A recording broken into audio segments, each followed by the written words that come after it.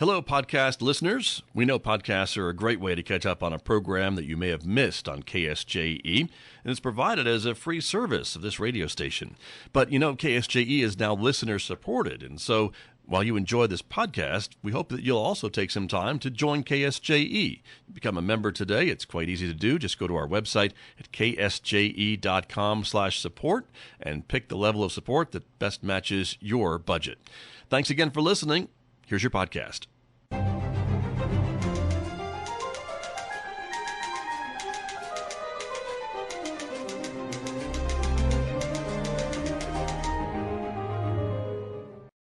Welcome back to Right on Four Corners. I'm your host, DelSheree Gladden. I'm a journalist, an editor, and author of over 30 published novels. And on this week's episode, I have Daniel Asa Rose, and he is going to be talking about his new book, Truth or Consequences. Daniel, go ahead and introduce yourself. Hi, Cherie. This is Daniel Asa Rose, but you can call me Danny. I recently took back my childhood name. Yeah, and it's kind of funny you mentioning taking back your childhood name. My full name's DelSheree, and throughout childhood I was always called Cherie, and at some point it just kind of switched, and I'm not even sure when people just started using my full name more. It's interesting how much names and how people refer to us influence us. Which brings us to the title of our book today, I think. Yes, let's dive in, because this was such an interesting book. I always find memoir fascinating because I think it's a really challenging genre to write in. The idea of writing memoir fascinates me because it's not just like, okay, here's the story of my entire life. You have to find that section of your life that is a story in itself. And one of the things that really fascinated me about reading Truth or Consequences was I didn't know where it was going or what the ending was going to be and how you were going to bring everything together. It just kept me going. Well, good. It kept you reading, I hope. Mm-hmm. I had the time of my life writing it. It was both a difficult thing and an easy thing. Did I tell you a little bit about what brought the book on? Truth or Consequences? Please, yeah. Let me read the subtitle first of all. It is Truth or Consequences, Improbable Adventures, a Near-Death Experience, and Unexpected Redemption in the New Mexico Desert. So if you're still with us at that point, you can zoom along. I go for long titles. I like to give the flavor right away. So give listeners a little bit of background on just what the book is and just the premise of it. This is through UNM Press when I was reading through their spring catalog and seeing which books I wanted to start with. This one jumped out at me, and I wonder how this initial event that starts off the book, how that affected you in your life and where the story was going to go and what portion of your life it was going to encompass. In 1970, you're too young to remember this, Sherry. Some of us will remember 1970 was the crisis on American campuses. About 60% of universities and colleges were shut down in opposition to the Vietnam War. And the others of us decided to take a cross-country trip. All across country, the highways were filled with kids in their 20s and 30s, really 22 to 28, I'd say. They just took to the road and saw what could happen. Tony and I had been friends since sixth grade. He'd always wanted to take a joyride. He found the most decrepit, broken down Jeep he could find, which we gloried in. It seemed the height of glamour to us to just take off in a vehicle with no doors, no mufflers, no nothing, and see where we could go. Well, we went for about 5 days cross country until I heard a sound, and the sound turned out to be my voice. And the voice was saying, "Danny, she's not stopping." What she was referring to was a beautiful blonde woman, what my glimpse of her was, who T-boned us in the main downtown area of Truth or Consequences. And Tony went out. Tony was stopped by his windshield and took on 38 stitches. I started flying out the window, but I had just taken off my seatbelt.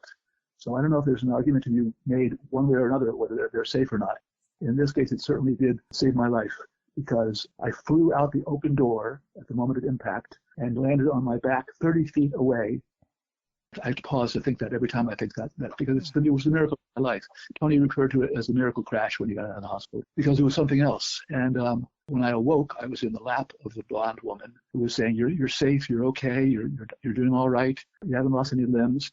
all I could tell was like jump up on my legs, on my feet and hands, and see if I could walk quickly away from the scene of this debacle. Ambulances came. Tony was put in the hospital. I stayed for a while and talked to Tony, and eventually hitchhiked home with a memory that I would never have repeated in my life again. The idea that I could be knocked out of a car, an open door car, and pushed out, thrown 30 feet into the air, and to land with only a chipped tooth. That's all I had. Tony had all his stitches. I had this very minimalist crash, but it was enough to me to kind of wake me up and give me a sense of wackiness in the world and rapture. Gave me a sense of the arbitrariness of life, that if I had been moving an inch closer to Tony or him to me, maybe it would have been a totally different outcome. As it was, we both survived. Tony couldn't use his eyes for about 6 months, but I hitchhiked home the next day to Connecticut, where we were from, and I thought about it.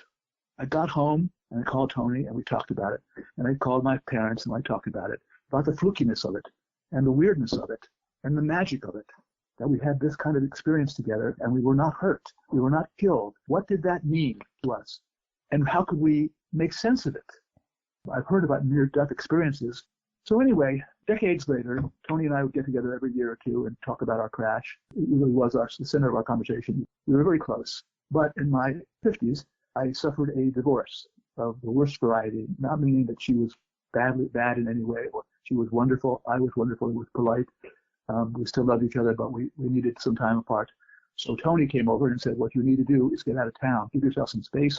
Let's finish taking the tour of Truth or Consequences that we never finished back in the day. I said, Tony, you are insane. No one is going to go back to a site of a crash. He said, just come with me. I've got the tickets. Here they are. And at some point, Tony sent me the tickets. I couldn't resist. I left the next day after proper goodbyes, loving goodbyes, and expectation of coming back in, a week, 2 weeks. Well, I didn't. I went out, and I started to try and look for the woman who had hit us. Her name was Mary. That's all I knew. But we didn't know how to find her or what routes we could take or any other thing like that. We checked out the local churches. We checked police stations, which closed at like 3 o'clock in the afternoon, I think. It was difficult to get information. We went to see the hospital, but there was no go. Then we went back to the hospital a few days later to check it out again to see if maybe still had some records. And a wonderful woman in the clerk's office came out from the back room with an index card that was as fresh and white as the day it was indexed in the hospital archives. And there it was, said, Charles Anthony Tony. And I said, Tony, when did you take on the name Charles? And he goes, well, when did you take on the name Asa, Daniel? So he got me there. But it had the date, it had the name of the cops who had taken care of us really wonderfully. So we got the name of the cops. We got the name of the hospital clerk who helped us. And we went detectiving through the town, making terrible nuisances of ourselves. We went to the knitting class at the center. No luck. And everybody was getting to be kind of characters in town at this point. People knew we couldn't find a woman from 40 years ago when there were no records of her ever having existed. Well, there was. We had a record of her. And we went to see her, or to see what we could of her. And that's where the story begins. Thank you for giving that wrap up. I think that it's so interesting that you start off the book with this major event that happens in your life. And then, as you said, decades later, another traumatic event in a different sense, sparked by, separating from your wife and then having that time away from your family, brought those two moments back together and started you and Tony on this journey that you get the sense as the reader that even though you guys had a goal, finding this woman, finding Mary, there's also this sense of not quite knowing what the point of the journey is and where it's going to lead. Just right, exactly. This need to explore and to find something. And that was an interesting vein throughout the book because it leaves the reader going, where is this going? What are they going to learn? It's a bouquet of strange events that take place over the next 8 months. I rent a single-wide trailer. Very proud of my single-wide trailer. It was a beautiful vehicle. Tony went back. Tony was pretty spooked out after just a few days in Tetersee and wanted to go home. He chickened out. And yes, if you're listening, I'm calling it as it is. Left me stranded, boy. He left. I took the 8 months in this wonderful trailer run by some wonderful people in town, Gladden and Shana. So we became devotees of Truth or Consequences. We thought it was a pretty weird little burg when we first got there. There were a lot of strange things going on. Astral massages and colonic, spiderweb colonic. I mean, and most of this I'm making up because I like to exaggerate in any case. But with the material here that was presented to me here, it was hard to go beyond the bizarreness that was offered to me every day and every night living in this town by myself. And slowly befriending people. Befriended Summer, a local character who was probably won't even, I'll save you that for the book. He was, he's an amazing character, one of the most amazing people I've ever met. And I'll leave you guys to read it together, you and Summer. Yeah, it was just a wonderful town. It was wacky. It was wiggy. People made a point of being characters there. I think people came there to be characters, to be the characters they always wanted to be. They just have this freedom to go where we wanted and to take on new identities. So we would say I meant me, because Tony, as I said, had already chickened out again and was back home. And I would call him every few days. He'd be in my pocket when I go interview people. I'd interviewed a newspaper editor who was a delightful, witty, wonderful woman. And I, most of all, befriended a policeman who was at the scene 40 years earlier. Can you imagine that? The one who had called for the ambulance and brought us up Ambulance Hill at a slant so severe I almost rolled out the back. The more we found out about the town, the more freaked Tony got, because there were so many spooky things that happened. Like, I won't even tell you right now. Let's get together and I'll read it to you. It is a fascinating town, and living in New Mexico, I've been through Truth or Consequences a few times, but I haven't spent any significant time there. But even the little bit I have, it's one of those towns that you go through it or you make a quick stop, and you're just like, this is an interesting place. See what I said, talk about. I went to an AA group, mostly for kicks, but not entirely for kicks. I went to the various churches, I said, and made little sermons asking if anybody had contact with Mary, anybody had heard of her in the last 40 years, where she'd escaped to, and what she could tell me about the crash from her point of view. I just knew I had to know more about the crash. After all, it had saved my life. It was a miracle crash. And I wanted to just ask as many people as I could. And it turned up fascinating results, such as the fact that in one of the bars, and yes, there were a number of smoky bars, in one of them, we encountered a person who said he was a witness to the crash 40 years earlier. I said, that was me. You flew out? I said, yeah, it was me. I flew out. You flew out? I said, yes. I said, do you have any advice for me? He said, yeah, don't do it again. That was his wisdom 40 years later. Everybody was forthcoming. Everybody talked to us openly. Everybody was quite entranced by the miracle of this crash. I mean, let's just review it one more time. I flew 30 feet in the air and landed on my face so that I cracked my front tooth. Other than that, nothing, no problem. In the course of writing this book, I recalled, they call it a recalled memory, I recalled the moment of flying in the air. Wow. It was a great adventure. It took place on many, many levels. I'm glad it spoke to you, Shireen. I couldn't find Mary anywhere. She had disappeared off the face of the earth. I got some records of marriage certificates that took place during the interim that I'd been aloft, and I was pointed in the direction of somebody at the post office whose name you will read later. I met her son. I never knew he had a son, but he had a 20-year-old son, and we sort of adopted each other. He had two adorable little children, really the sweetest children you've ever seen, a wonderful wife, and it turned out, and they would make dinner for me, sometimes in their single wide, or they would take me to see the Geronimo tree. They gave me like a tour of the town that I was so well becoming familiar with. It turned out my new friends were very poor in a financial sense, because there are other senses of being poor and of being rich. It turned out they were dirt poor. They struggled hard for their jobs, but it was, it's difficult, especially in a place like Southwest, which for all its glories is tough to live in, tough to exist in. And I learned that I started to say, well, don't you have a lawyer? And he says, well, yeah, but that's a difficult question. He hasn't been around for a while. So I said, well, do you mind if I poke around at the lawyer's office a little bit and find some information? And he said, be my guest. Just don't blow it. And I said, okay, I'll do my best. So we met the lawyer who had some really good ideas. And we also, in the end, we made dear friends with this family. They kind of replaced the family that I had temporarily left at home in Connecticut.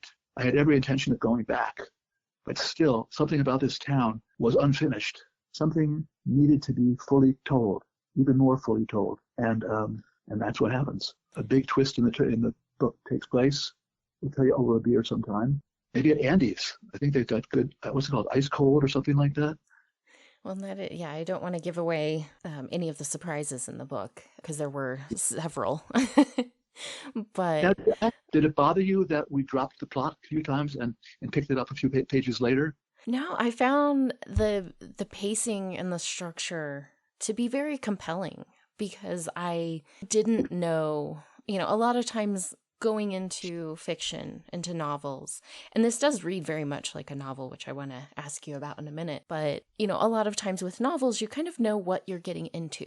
Well, Mm-hmm. it's this genre, this is the general structure, it's going to have one of several types of resolution. Like, as a reader, you kind of have those expectations going into a certain type of book. Yeah, And with yeah, something like this, with memoir in general, you don't know what you're getting into a lot of the times. You don't know what that structure is going to be. You don't know what all it's going to encompass. And I think this right. book, especially, that was true for, because it is not only this journey of trying to find Mary, it was so much a journey of self-discovery. Oh, so I'm so And glad you yeah, just exactly.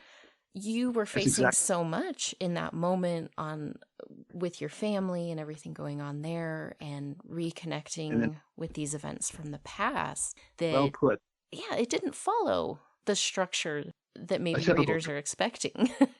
Yeah. No, this twists and curves and brings you to places you never expected to be in before, which a lot of which is meeting the people of TRC and getting to know them really, really deeply. We have deep conversations at AA and other places, and we just had a kind of redemption. It amounted to a kind of redemption in a way, because I hadn't known these people a few months before, and here they were, my companions. We'd have breakfast together at the restaurant. There was even an organic restaurant there of all places to have a diner, but it was a very satisfactory diner.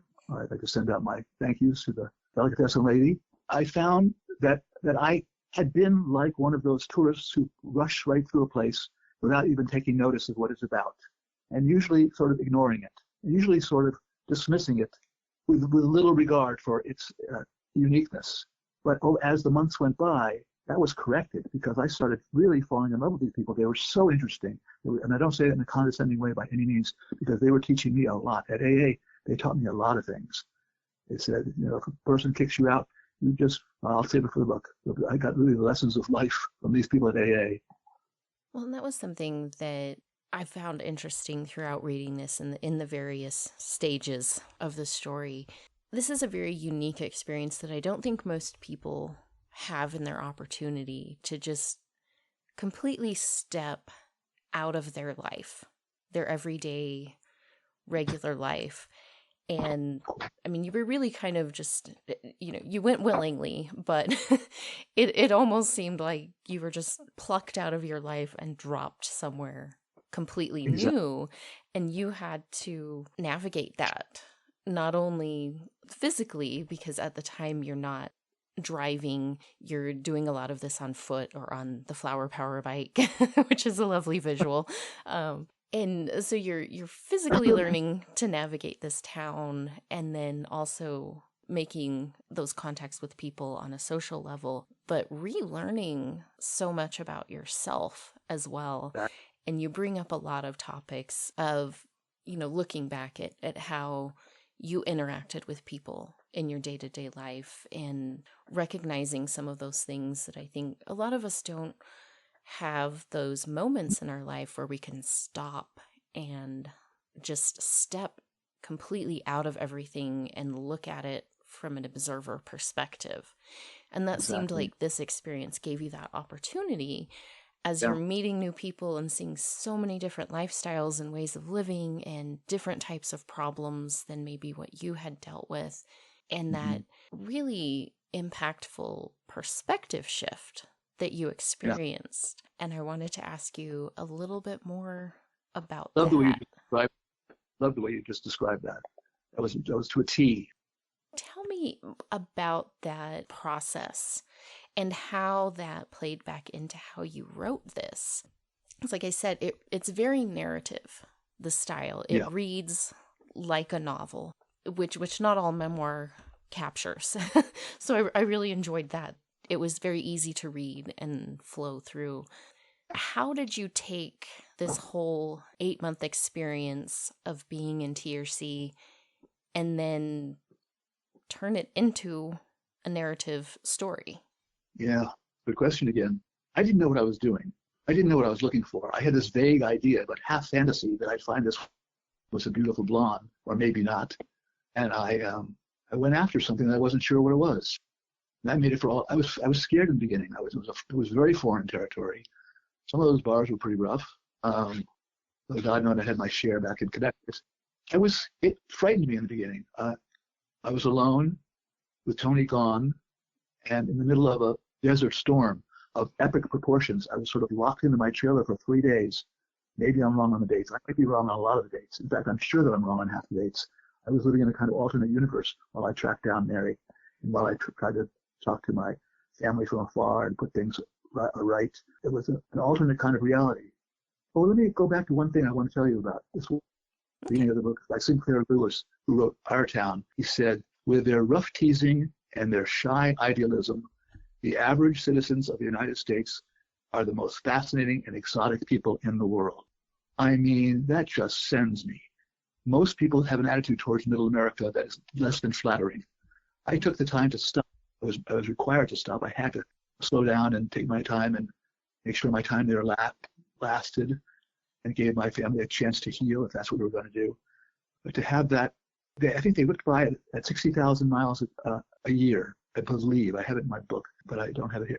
That was the number of people who would whiz by in their cars on the interstate, with never stopping, never noticing what the landscape was about, never talking to people. Well, I did. I had 8 weeks of that. And I have many, well, 4 or 5 friends from my time at TRC who wanted to be my guide in town, wanted to show me, oh, you want to see a quirky person? Here's this guy. It's me. Come watch. It just brought out a new side of me that I wasn't in any way prepared for. And that's what I wanted, after all. I wanted to be thrown off my keister. Is that a word? Mm-hmm. I wanted to be knocked out of my chair, and I was. And I think it was life-enhancing in a way that nothing else has ever been in my life. I would love to go back. I know it's changed in the last year since I've been back, and I'm really curious, and I'm really dreading it. But I want to see some of these people again, because it's not too much to say. I fell in love with them. I fell in love with a bunch of them. I think it's fascinating, the openness that you were able to develop while you were there. I'm a novelist by trade. I've done a bunch of books, mm-hmm.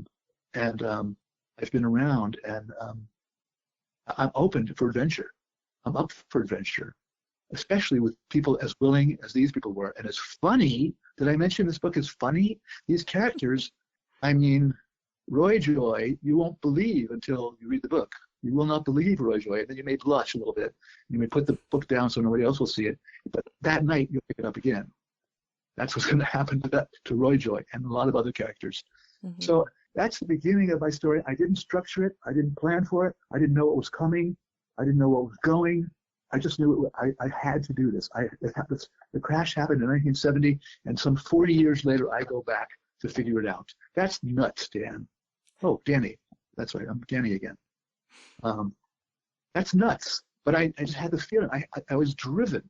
It was almost a life and death thing. I escaped death once at the intersection. I won't get into it now, but of truth and consequences. And here I had been vouchsafed another life. And I had to do it. It was a compulsion. I had to go over the things that I catch the first time, etc. Mm-hmm. Yeah. Well, and this, I think, is such an interesting read because you did have the initial experience and then the experience of going back that I think most people don't have an opportunity like that. And what do you hope people who read this take away from this book and from your experience and what you learned through all of this? Okay, I'll go there. I'm going to read that sentence again. With their rough teasing and their shy idealism, the average citizens of the United States are the most fascinating and exotic people in the world. They were. I didn't know that. That's a truth in life about how amazing people are. I didn't know it until I was in the depths of writing this book. And then it blew my mind. I really made lifelong friends with some of these people. I'm in correspondence with, as I said, a bunch of them. One of them brought me a burrito one night because they said they had enough at their house. I gladly ate it in my. So I had this experience, and it just deepened over time. And I could not pull myself away. Finally, after 8 months, I pulled myself away. I went home to face the music. We're good people, so we did the best we could with each other. So, in conclusion, what do you think? What I want readers to take away is a sense that those 60,000 people who drive their vehicles, those 60,000 people were neglecting a beautiful and rich part of life by skipping out on this, by racing through the highway, by going through 95 without stopping, to take a sleeping bag one night and sleep out on the dunes. I had the chance to do that, and I did it the most I could. It was hard to tear myself away, but I may go back. I hope you do get the opportunity to go back. And I think that idea of, stopping and observing, a lot of times with authors and I think artists and musicians, people who create something and share, often get that question, where do you get your ideas? Where do you find your inspiration? And I think that's a great example of, it's everywhere. Every moment there is something that can spark something. And I think we get so busy and we're going from thing to thing to thing. And when we stop and take that time to observe and take notice, there is so much out there.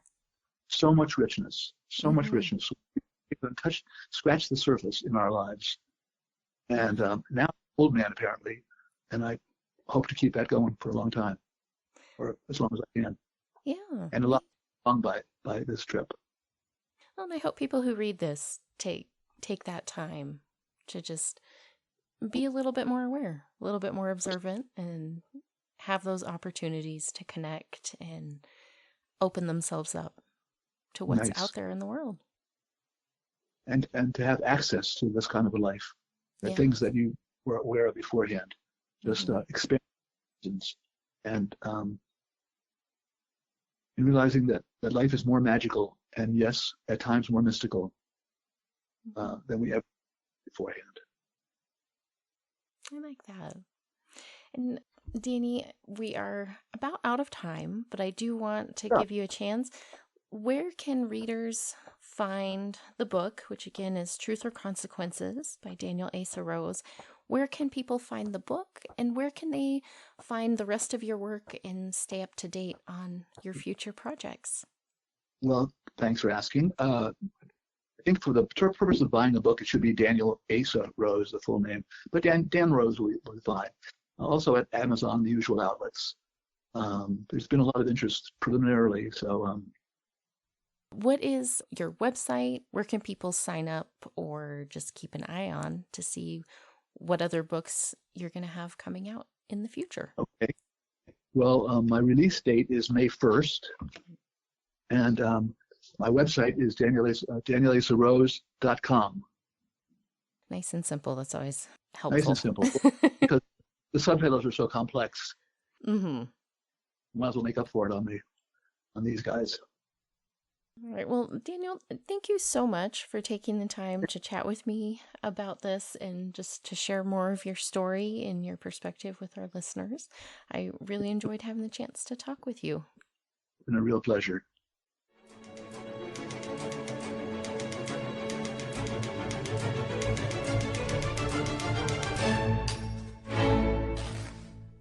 Did you enjoy that podcast? We hope that you did. And if you did, share it with your friends.